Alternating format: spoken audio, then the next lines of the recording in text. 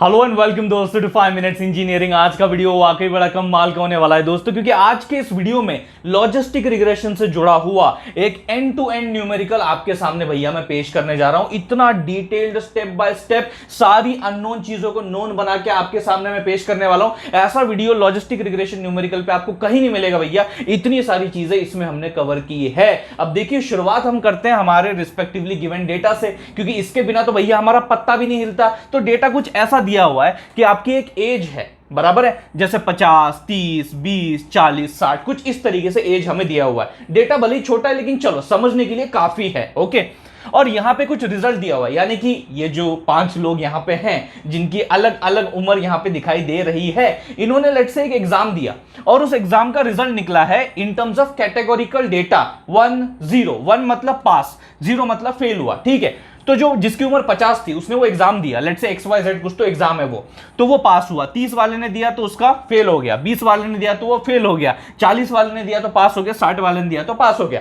अब ये कुछ ट्रेंड है, ये कुछ डेटा है, इसी के पैटर्न को हमें डिकोड करना है और लॉजिस्टिक रिग्रेशन के जरिए हमें प्रेडिक्शंस जो हैं वो करवाने हैं। अब जैसे फॉर एग्जांपल यहां पे 50, 30, 20, 40 एंड 60 उम्र मुझे दी हुई है, लेकिन मान लो मेरा जो लॉजिस्टिक रिग्रेशन मॉडल है वो ट्रेन हो गया और ट्रेन होने के बाद मैं उससे पूछताछ करता हूं जिसकी उम्र 15 है, बता भाई वो पास हो पाएगा नहीं, मतलब वो 0 होगा या 1 होगा।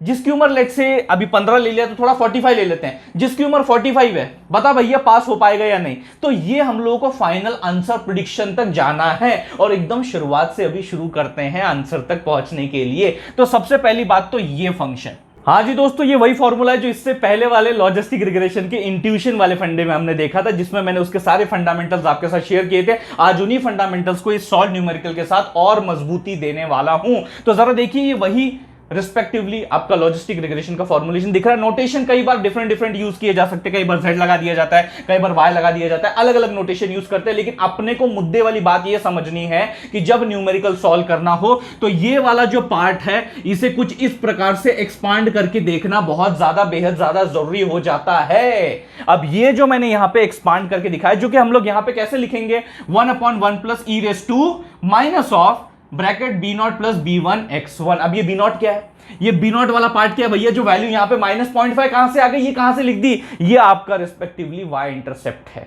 मतलब जो अपनी लाइन की इक्वेशन होती है, लाइन की इक्वेशन में y equal to mx plus c वाला जो फंडा होता है, तो जो c है वो ये c है, बराबर है, और ये आपका m है, that is the slope of your line. जो स्ट्रेट लाइन हम कंसिडर करके चलते हैं फॉर द गिवन डेटा, जो हम लोग प्लॉट भी कर सकते हैं, मैं यहां पे आपको दिखाने वाला हूं। ओके, एक वन ऑफ द लाइन जो है प्लॉट करके दिखाऊंगा और उसके बेसिस पे ये वैल्यूज मैंने यहां पे लिखी है। जनरली आपको डायरेक्टली क्वेश्चन में भी दी जा सकती है, आप उन वैल्यूज को भी B0 और B1 की वैल्यूज को कंसीडर करके आगे अपना न्यूमेरिकल सॉल्व कर सकते हो, या जैसे मैंने किया है उससे भी आपको जो आंसर है वो प्राप्त हो सकता है।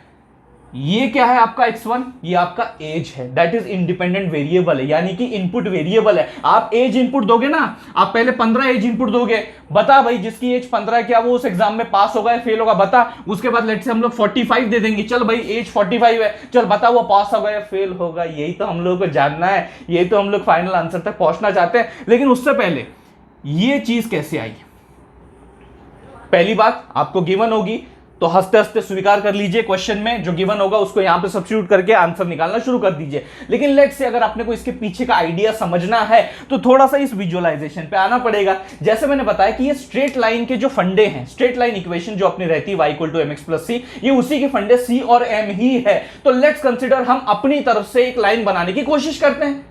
क्या भैया इसमें जाने वाला है अपना, चलो बनाते हैं लाइन। तो मैंने यहां पे ले लिया y और यहां पे ले लिया x एक्सेस। x एक्सेस पे मैंने रख दिया एज की value, that is let's consider 10, 20, 30, 40, 50, 60। Okay, और यहां पे y एक्सेस पे ले लिया रिजल्ट, जैसे कि फॉर एग्जांपल 0 और 1। तो देखिए ये 0 वैल्यू और ये 1 वैल्यू, कुछ इस तरीके से मैंने प्लॉट कर दिया। जैसे XY कोऑर्डिनेट रहता है ना, दैट इज 20,0, 30,0, 40,1, 50,1, 60,1, कुछ इस तरीके से मैंने वैल्यूज रख दी। ठीक है, अब देखा जाए तो लाइनें तो बहुत बन सकती है, लेकिन चलो मैंने मेरे तरीके से एक लाइन यहां पे बनाने का प्रयास किया है। I have just drawn a straight line कुछ इस प्रकार से, जो कि यहां पे इस पॉइंट पे कट रही है और इस पॉइंट पे कट रही है। ठीक है, तो मेरे पास 2 पॉइंट आ गए यहां पे 60,1 एंड 20,0। तो लेट्स से ये मेरा पॉइंट नंबर 1 है, ये मेरा पॉइंट नंबर 2 है। अब मेरे पास 2 पॉइंट आ गए हैं। अब ये जो स्ट्रेट लाइन है मैं इसका इजीली स्लोप निकाल सकता हूं, और अगर मैंने स्लोप निकाल लिया तो स्लोप के बाद रिस्पेक्टिवली मैं अपना इक्वेशन ऑफ स्ट्रेट लाइन प्राप्त कर सकता हूं। अगर आपको नहीं पता होगा कैसे करता है तो चलो मैंने आपके लिए करके रखा हुआ, बड़ा सिंपल है। स्लोप m अगर मुझे कैलकुलेट करना होगा तो जो ये 2 पॉइंट है y2 माइनस y1 बराबर है, ये क्या है, ये क्या है x1 y1, ये क्या है x2 y2। अगर ये अपने को पता है तो न्यूमरेटर में मैंने क्या कर दिया y2 माइनस y1, डिनोमिनेटर में क्या कर दिया x2 minus x1। Final answer क्या है 1/40 दैट इज इक्वल टू 0.025। तो ये रिस्पेक्टिवली मेरी स्लोप वैल्यू आपको देखने को मिल जाएगी। अब मुझे क्या करना है, इक्वेशन ऑफ लाइन तक पहुंचना है जिसमें से मुझे इंटरसेप्ट डिराइव करना है। तो उसके लिए भैया क्या फंडा लगाया जाता है, ये फंडा लगाया जा सकता है, ये इक्वेशन लगाई जा सकती है, that is y minus y1 equal to m into x minus x1। तो अब इसमें भैया y1 क्या है, y1 तो 0 है, x1 क्या है 20 है, तो वही वैल्यूज मैंने यहां सब्स्टिट्यूट की, y माइनस 0 इक्वल टू 0.025 जो कि स्लोप एज इट इज जो मैंने यहां डिराइव किया था रख दिया x माइनस 20। और इसे अगर आप सिंप्लीफाई करोगे तो आपका ये वाली वैल्यू तो भैया पहली स्लोप आ गई थी, और यहां पे ये वाला जो पार्ट है ये आपका इंटरसेप्ट पार्ट है, दैट इज ये -0.5 जो दिखाई दे रहा है, दैट इज ये b0 कह लीजिए इसे, एंड ये आपका स्लोप यानी कि इसे b1 कह लीजिए। और यही वैल्यूज यहां से मैंने उठाई है और पटक दी वहां पे, सिंपल यही कार्यक्रम मैंने किया है। तो चलिए देखते हैं भैया इससे किस हद तक अपने को आंसर की प्राप्ति होती है। अब बस ये सभी वैल्यूज हमारे पास मौजूद है, इसको भैया इक्वेशन में सब्स्टिट्यूट कर दो और आंसर की प्राप्ति ले लो। देखो जी यहाँ पे क्या होता है, 1 मैंने क्या बोलता है 1 plus e raise to minus of this part. तो मैंने क्या किया 1/1 plus e raise to minus of, यहां पे देखिए मैंने b0 की जगह 0.5 रख दिया, दैट इज -0.5 रख दिया, और यहां पे क्या किया b1 इंटू रिस्पेक्टिवली आपका एज, पहले क्या ले रहा हूं मैं इनपुट एज अ 15 ले रहा हूं तो वो वैल्यू रख दिया। इन दोनों का पहले मल्टीप्लीकेशन करेंगे फिर उसे सब्ट्रैक्ट करेंगे -0.5 के साथ, तो मेरी वैल्यू आ जाती है समथिंग -0.215 ऐसी कुछ तो वैल्यू आती है। तो ये अंदर माइनस, ये बाहर माइनस, माइनस माइनस प्लस हो गया। अब जैसे ही प्लस हो जाता है तो it is becoming like 1/1 plus e raise to 0.125। तो जैसे आप ई रेस टू 0.125 कैलकुलेटर पे अगर आप कैलकुलेट करोगे तो आपके पास आंसर आ जाएगा, दैट इज 1/1 प्लस 1.1331, कुछ इस तरीके से आंसर आ जाएगा। इसको अगर ऐड करोगे तो 2.1331 आ जाएगा, और 1/2.1331 अगर डिवाइड करोगे तो आंसर आ जाता है समथिंग इक्वल टू 0.468। अब इसका क्या इंटरप्रिटेशन करें, जैसे मैंने बताया था पिछले इंट्यूशन वीडियो में भी, जहां फंडामेंटल्स हम लॉजिस्टिक रिग्रेशन के समझ रहे थे, मैंने बोला था कि अगर जब आप इससे कैलकुलेशन करोगे ना इस फॉर्मुलेशन से, तो आपको आंसर 0 और 1 के बीच में मिलेगा। आंसर ना आपका 0 के नीचे जाएगा, आंसर ना आपका 1 के ऊपर जाएगा, स्ट्रिक्टली 0 और 1 के बीच में आपको आंसर मिलेगा, जो कि मिल चुका है।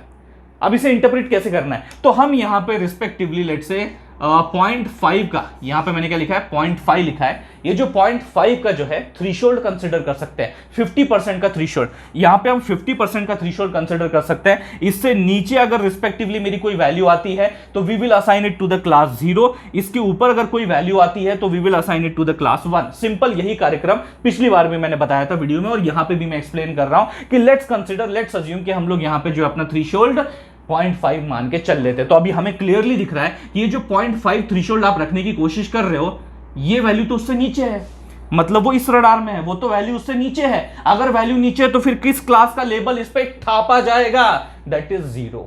तो हम बोलेंगे फाइनली इसका प्रिडिक्शन क्या है 0 की, जिसकी उम्र 15 है वो फेल कर गया है, और जो कि पैटर्न से डिपिक्ट भी हो रहा है। यहां क्लियरली दिख रहा है जिसकी उम्र कम है वो फेल हो रहा है और जिसकी उम्र ज्यादा है वो पास हो रहा है, यानी कि इस एग्जाम में एक्सपीरियंस की ज्यादा जरूरत है, वो क्लियरली यहां से डिपिक्ट हो रहा है। और यहां पे आपका आंसर भी बहुत ज्यादा सूट हो रहा है उस चीज से। चलिए थोड़ी उम्र ज्यादा लेके देखते हैं, जैसे कि फॉर एग्जांपल 45। तो अगर मैं यहां पे 45 लेके रखता हूं, बाकी सारी चीजें एज इट इज, कि यहां पे रिस्पेक्टिवली मैंने मेरा जो है स्लोप ले लिया, उसको 45 से मल्टीप्लाई किया, फिर उसके बाद मैंने माइनस किया 0.5 से, दैट इज सब्ट्रैक्ट किया, that is your intercept part, और यहां माइनस तो बाहर है ही। फाइनली आपका कुछ इस तरीके से नजारा दिखता है 1/1 plus e raise to minus 0.625, और फिर इसे सिंप्लीफाई करने के बाद कुछ ऐसा नजारा आपको देखने को मिल जाएगा। उसके बाद फाइनली आपको ये आंसर मिलता है, दैट इज 0.65। और ये जो 0.65 मिला, ये ऑब्वियस सी बात है आपके 0.5 से बड़ा है वैल्यू, मतलब ये ऊपर की तरफ जा रहा है। ये 0.5 है तो ये 0.65 ऊपर की तरफ जा रहा है। तो हम उसे कैसे क्लासिफाई करेंगे, उसे आंसर में कैसे डालेंगे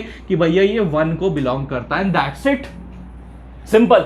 मतलब 45 जिसकी उम्र है वो पास होगा, ये आपके मॉडल के द्वारा प्रेडिक्शन आएगा, ये आपका मैथमेटिकल सारा कैलकुलेशन होगा, ये फॉर्मुलेशन होगा, ये सारे वो स्टेप्स होंगे। In the case same followed for the 15, जहां पे एज दिया गया है उसने बोल दिया कि भैया ये रिस्पेक्टिवली फेल होगा। तो ये वो सारा कार्यक्रम था, ये पूरी कुंडली थी लॉजिस्टिक रिग्रेशन की जो मैंने आपके सामने खोल के रख दी है। यार मेहनत काफी ज्यादा लगी, तो यार आपका लाइक भी बनता है। अगर आपको अच्छा लगा होगा, वीडियो इन्फॉर्मेटिव लगा होगा, तो भैया ठोक दो लाइक बढ़िया तरीके से, शेयर मार दो अपने सारे दोस्तों के साथ। एग्जाम काफी नजदीक आ रहे हैं यार, मुझे पता है आप एक रात पहले पढ़ रहे हो, अभी तो कुछ मिनटों पहले भी कुछ लोग पढ़ रहे होंगे, तो जरूर शेयर करते जाइए वीडियोस को, अपने दोस्तों की भी मदद कीजिए और अपने प्यारे से चैनल 5 मिनट्स इंजीनियरिंग को जरूर सब्सक्राइब करिएगा।